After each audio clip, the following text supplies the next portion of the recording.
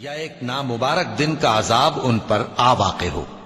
اس روز بادشاہی اللہ ہی کی ہوگی اور وہ ان میں فیصلہ کر دے گا، تو جو لوگ ایمان لائے اور عمل نیک کرتے رہے وہ نعمت کے باغوں میں ہوں گے، اور جو کافر ہوئے اور ہماری آیتوں کو جھٹلاتے رہے ان کے لیے ذلیل کرنے والا عذاب ہوگا۔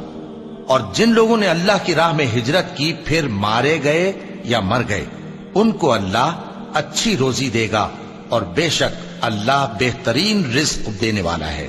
وہ ان کو ایسے مقام میں داخل کرے گا جسے وہ پسند کریں گے، اور اللہ تو جاننے والا ہے، بردبار ہے۔ یہ بات اللہ کے ہاں ٹھہر چکی ہے، اور جو شخص کسی کو اتنی ہی ایذا دے جتنی ایذا اس کو دی گئی، پھر اس شخص پر زیادتی کی جائے تو اللہ اس کی مدد کرے گا۔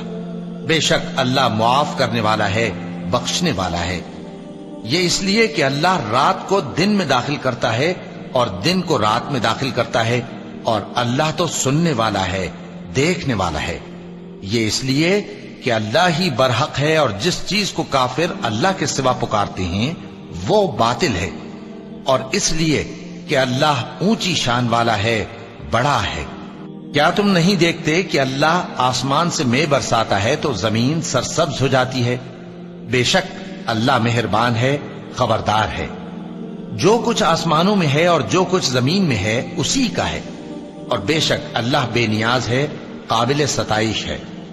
کیا تم نہیں دیکھتے کہ جتنی چیزیں زمین میں ہیں سب اللہ نے تمہارے زیر فرمان کر رکھی ہیں، اور کشتیاں بھی جو اسی کے حکم سے سمندر میں چلتی ہیں، اور وہ آسمان کو تھامے رہتا ہے کہ زمین پر نہ گر پڑے مگر اس کے حکم سے۔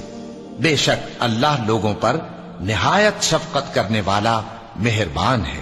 اور وہی تو ہے جس نے تم کو حیات بخشی، پھر تم کو مارتا ہے، پھر تمہیں زندہ بھی کرے گا، اور انسان تو بڑا ناشکرا ہے۔ ہم نے ہر ایک امت کے لیے بندگی کی ایک راہ مقرر کر دی ہے کہ اسی طرح وہ بندگی کرتے ہیں، تو یہ لوگ تم سے اس معاملے میں جھگڑا نہ کریں، اور تم لوگوں کو اپنے پروردگار کی طرف بلاتے رہو، بے شک تم سیدھے رستے پر ہو۔ اور اگر یہ تم سے جھگڑا کریں تو کہہ دو کہ جو عمل تم کرتے ہو اللہ ان سے خوب واقف ہے۔ جن باتوں میں تم اختلاف کرتے ہو اللہ تم میں قیامت کے روز ان کا فیصلہ کر دے گا۔ کیا تم نہیں جانتے کہ جو کچھ آسمان اور زمین میں ہے اللہ اس کو جانتا ہے؟ یہ سب کچھ کتاب میں لکھا ہوا ہے، بے شک یہ سب اللہ کو آسان ہے۔ اور یہ لوگ اللہ کے سوا ایسی چیزوں کی عبادت کرتے ہیں جن کی اس نے کوئی سند نازل نہیں فرمائی، اور نہ ان کے پاس اس کی کوئی دلیل ہے، اور ظالموں کا کوئی بھی مددگار نہیں ہوگا۔ اور جب ان کو ہماری صاف صاف آیتیں پڑھ کر سنائی جاتی ہیں تو ان کی شکل بگڑ جاتی ہے، اور تم ان کے چہروں میں صاف طور پر ناگواری دیکھتے ہو۔ ایسا لگتا ہے کہ جو لوگ ان کو ہماری آیتیں پڑھ کر سناتے ہیں ان پر حملہ کر دیں گے۔ کہہ دو کہ میں تم کو اس سے بھی بری چیز بتاؤں، وہ دوزخ کی آگ ہے جس کا اللہ نے کافروں سے وعدہ کیا ہے، اور وہ برا ٹھکانہ ہے۔ لوگوں، ایک مثال بیان کی جاتی ہے، اسے غور سے سنو کہ جن لوگوں کو تم اللہ کے سوا پکارتے ہو وہ ایک مکھی بھی نہیں بنا سکتے اگرچہ اس کے لیے سب اکٹھے ہو جائیں، اور اگر مکھی ان سے کوئی چیز چھین لے جائے تو اسے اس سے چھڑا نہیں سکتے۔ طالب اور مطلوب یعنی عابد اور معبود دونوں گئے گزرے ہیں۔ ان لوگوں نے اللہ کی قدر جیسی کرنی چاہیے تھی نہیں کی۔ کچھ شک نہیں کہ اللہ زبردست ہے، غالب ہے۔ اللہ فرشتوں میں سے پیغام پہنچانے والے منتخب کر لیتا ہے اور انسانوں میں سے بھی۔ بے شک اللہ سننے والا ہے، دیکھنے والا ہے۔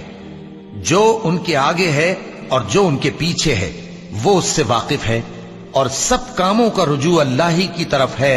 مومنوں، رکوع کرتے اور سجدہ کرتے اور اپنے پروردگار کی عبادت کرتے رہو اور نیک کام کرو تاکہ فلاح پاؤ۔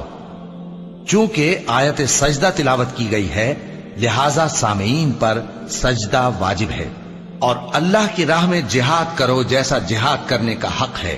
اس نے تم کو منتخب کیا ہے اور تم پر دین کی کسی بات میں تنگی نہیں کی، اور تمہارے لیے تمہارے باپ ابراہیم کا دین پسند کیا۔ اسی اللہ نے پہلے یعنی پہلی کتابوں میں تمہارا نام مسلم رکھا تھا، اور اس کتاب میں بھی وہی نام رکھا ہے۔ تو جہاد کرو تاکہ پیغمبر تمہارے بارے میں گواہ ہوں اور تم لوگوں کے مقابلے میں گواہ رہو۔ سو مسلمانوں، نماز قائم کرو اور زکات دو اور اللہ کے دین کی رسی کو پکڑے رہو، وہی تمہارا دوست ہے، سو وہ کیا خوب دوست ہے اور کیا خوب مددگار ہے۔ صدق اللہ العظیم۔